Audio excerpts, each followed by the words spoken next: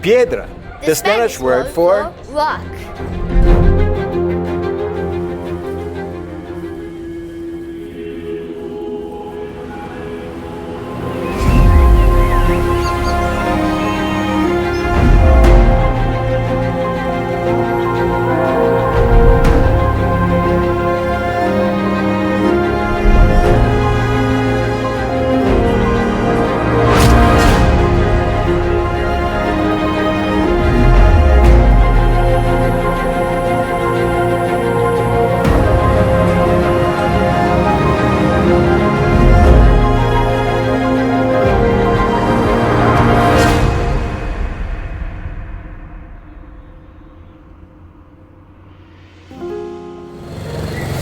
And good morning, and welcome to another beautiful day here in Ecuador. Today, Moses is going to teach us about Quito, especially about a special church that's been around for 500 years. You ready to teach us, Mo? Yeah. All right, let's go.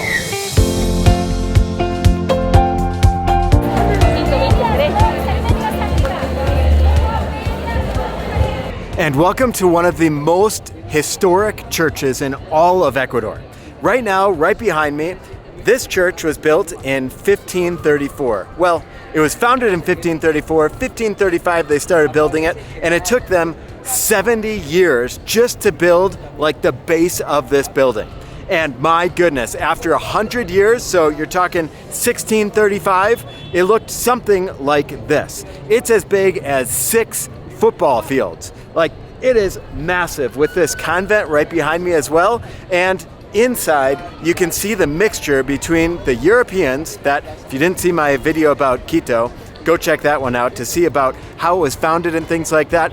The Spanish came here, just a couple hundred men, and they took over the indigenous people here in Quito. And so the indigenous then had to build this. So there are some people that came all the way from Denmark right here to give the ideas of how we're going to build this structure. So there were 2 friars here telling them how to do it, and then the indigenous built it. So you have a mixture between European culture and your typical indigenous culture here. But Moses has some more things to say, and I'm going to bring him up to the top here so he can explain a little bit about what he learned in school about this building. All right, let's go up. All right, here we are right in front of the church. We haven't gone in yet to show you the mixture between indigenous and their ways of doing things and the imagery and things like that. But Moses, what have you learned in school about this building, this church? So this was nothing. This was a long time ago, this story. And this was just like grass. I don't know what it was, but probably grass. Although the Spaniards came after they found nothing. And this is a legend about the Spaniards and a person. So the Spaniards gave a person less than a month to build this castle. And then, well, he accepted it. And then he started to walk. So while he was walking, a demon came. And the demon this is the demon, and then he said to the person, if you want to build this church in under a month, I'll help you with all my little demons to help. And then he accepted it. But then after he accepted it, he said, but you're going to have to give me my soul. After that, after they finished, the demon said, give me your soul. So then, the person who wanted to build this church, who accepted the thing from the Spaniards, he said he pulled out of his bag a brick that the demons forgot to put on a pole of the church behind me. So then, the demons didn't get his soul, so they left sadly, and then the Spaniards were crazy because he did this. They were not expecting him to do this. That's the end of the legend of Quito. So the reason we're here is because Moses wants to see if he can find the brick. there's one brick that apparently is missing from here, so that, the legend goes, that person who was the original builder wouldn't lose his soul. All right, should we go see if we can find the brick? Sure.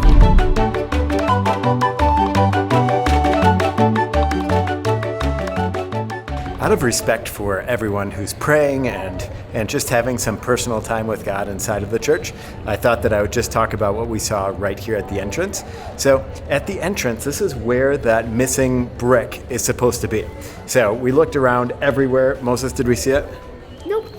Nope, didn't see it, but it's a cool myth that maybe it's true, maybe it's not, maybe it's buried somewhere, who knows. But the guy who the myth comes from was the guy who was working on this entrance to the church. So very, very interesting. And inside you can see all the images and how they mix with European culture and the indigenous culture that was here in Quito at the time in 1534, 1535. But wow, can you imagine though being an indigenous person and then, well, having these Europeans come and then them forcing you to build this massive building. I mean, it is huge here in the center of Quito. For the Europeans, it's trying to teach them about God. For the indigenous, it's more of them forcing their religion of Catholicism on them. And you see it throughout all of Latin America. In Peru especially, you see that Mary actually looks like a mountain, like the Andes. So it looks like a pointed thing. And they did that because they wanted the Mary to be basically their God, which used to be the mountains, the sun, and things like that before the Catholicism got here. So how crazy is that the Europeans back in the 1500s were bringing the religion and what they thought was right to the indigenous people. And then you can see that here in the art that's here and all that's left over from 500 years ago. How crazy is that? Wow, what a piece of art. And this was actually a place of art. So this whole basilica area is the art area as well. And this is where most of the art came from many, many years ago here in Quito. What do you think? Good. Good. Showing some skin. I don't know if that's appropriate in the church. So, besides this cathedral that's right here, this church, San Francisco Church, you also have right behind me, there's Yumbos chocolate, which you have to go check out. There's Yumbos chocolate right here in the center, and then there's also Yumbos chocolate if you go to Mindo. I love their tour. They tell you about the chocolate, where it's from, all these really cool things, and most importantly, the chocolate is really, really good. You get to try all of it.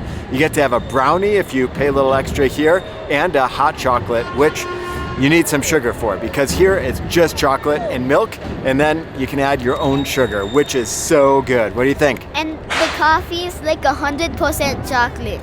It is like 100% chocolate, and it is so good. There's also really good restaurants right around here.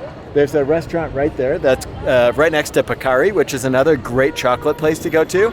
There's a Pacari, and then there's a restaurant right connected to it that is very, very good. Not very expensive. I mean, everything here is like $2.50, $3 for a lunch, and there it might be like $4 for a lunch, which usually includes a soup, a salad, main entree, and a juice, which is pretty incredible for being right downtown Quito.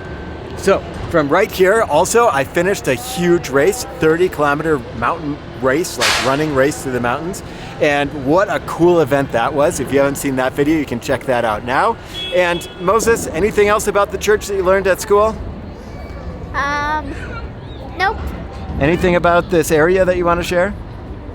Nope. Nope. That's it then. That's the church. And that's the story of this church. If you come here to Quito, I guarantee that you're going to want to come to this church, San Francisco Church. And then if you come, I think the best way to do it is to park up at the Basilica Voto Nacional and then walk down and then take a taxi all the way back to your car. That's the best way, if you have a car. If you don't have a car, just take a taxi. It's like $2 to get around here in Quito. The metro is also beautiful, amazing. I should make a video about the metro. Just built a couple of years ago, and that's exactly how it feels, brand new. All right, I hope you enjoyed this video for today. If you did, please give it a big thumbs up. Check me out on Instagram, TikTok, and Gringo y Latino. From here, in front of the church. Check me out on Patreon if you want to support me and our adventures here in Ecuador. We'll see you guys next time. But for now, here's the church. And Chao Pescao.